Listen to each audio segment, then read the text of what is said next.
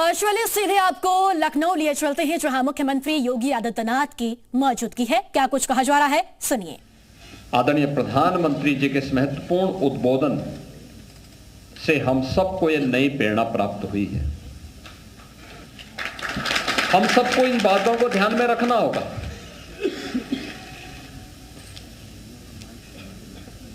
कि उत्तर प्रदेश जैन तीर्थंकरों की एक महत्वपूर्ण भूमि है।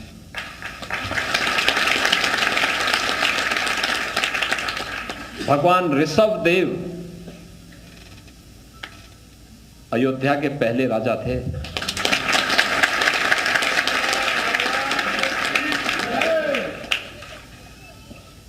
और वह परंपरा आगे बढ़कर के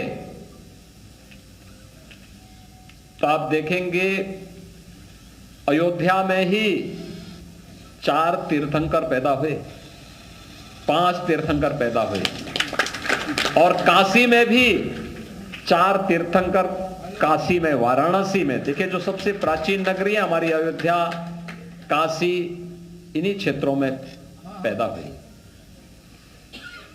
और यहीं से उन्होंने मुक्ति का मार्ग प्रशस्त किया। ऋषभ देव की ही परंपरा में, भगवान ऋषभ देव की ही परंपरा में भगवान मनु पैदा हुए थे, जिन्होंने मानव धर्म की रचना करके पूरी सृष्टि के अंदर इस परंपरा को आगे बढ़ाया था। और उसी परंपरा में भगवान राम का जन्म हुआ था।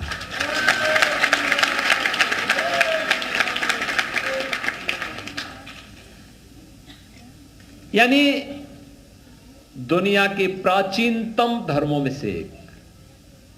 लोगों के पास तो गिनने के लिए है, हमारे पास तो हम गिनती में नहीं गिनते उसको।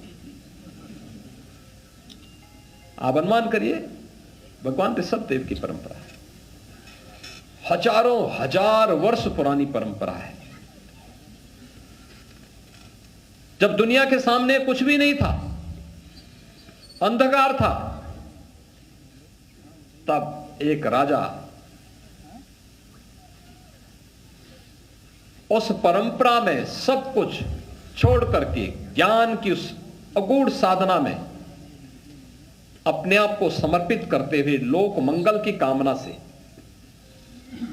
आगे बढ़ करके इस परंपरा को आगे बढ़ा, ये परंपरा हमें देते हैं। और आज हम यहां पर विश्व नौकार महामंत्र के इस आयोजन के साथ जुड़ रहे हैं। और वैसे भी कल भगवान महावीर की पावन जयंती भी है।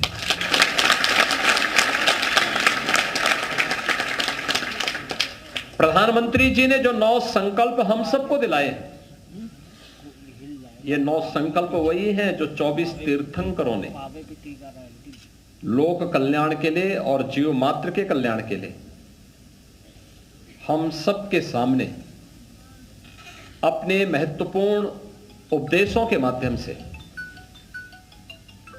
हम सबके जीवन के मार्ग को आगे बढ़ाने के लिए एक नई प्रेरणा प्रदान की है।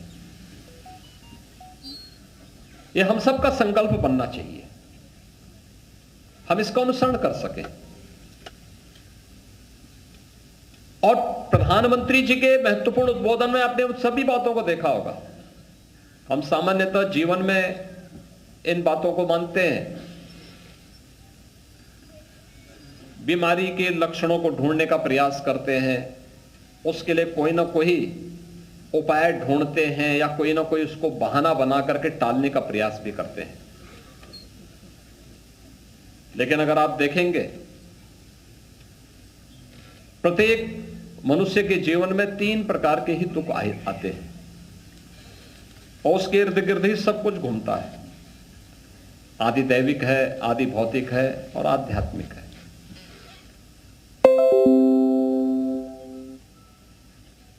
आदि दैविक, जिन्हें हम आपदा कह सकते हैं, दैवीय प्रकोप कह सकते हैं। आदि भौतिक, जिसे आप मानव के द्वारा पैदा किए गए भय के रूप में देख सकते हैं, या जीव के द्वारा पैदा किए गए भय के रूप में देख सकते हैं। आतंकवाद को भी उस रूप में आप ले सकते हैं, या किसी हिंसक जीव के द्वारा दिए गए कष्ट को भी आप उस रूप में ले सकते हैं। और आध्यात्मिक हमारी शारीरिक और मानसिक व्याधि,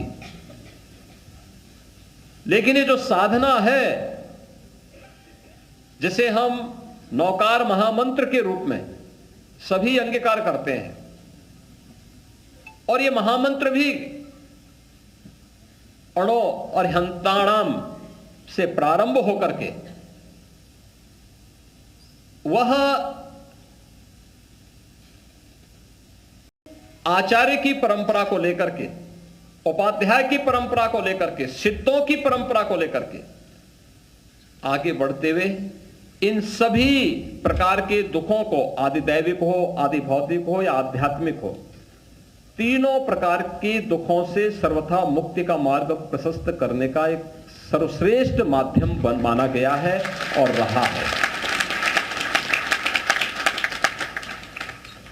ये उन स्थितियों को प्राप्त करती है जहां पर व्यक्ति के लिए अपने व्यक्तिगत स्वार्थ के लिए कोई स्थान नहीं होता। वह सामान्य जीव की तुलना में अपने लिए स्वयं ही अपनी सिद्धि के माध्यम से उस स्थान को बनाता है जो लोक कल्याण के लिए अपने आप को समर्पित करता है। सभी 24 के 24 तीर्थंकरों का पूरा जीवन उसी लोक कल्याण के मार्ग पर जीव मात्र के कल्याण का मार्ग भी प्रशस्त करता है। और आज जब हम लोग यहां पे, मैं इस बात के लिए धन्यवाद दूंगा कि जीतों ने पहली बार इस आयोजन को पूरी दुनिया के अंदर एक दिन में आयोजित करने का कार्य किया। मैं देख रहा था अभी जब प्रधानमंत्री जी का उद्बोधन शुरू हुआ तो पूरी दुनिया के अंदर यह पूरा कार्यक्रम लाइव हो रहा था। बड़ी संख्या में, इतने बड़े पैमाने पर लोगों का एक जगह पे एकत्रीकरण होना, पूज्य तीर्थंकरों की और पूज्य जैन संतों के उन महत्वपूर्ण उपदेशों को सुनने के साथ साथ नौकार महामंत्र के प्रति श्रद्धा का यह भाव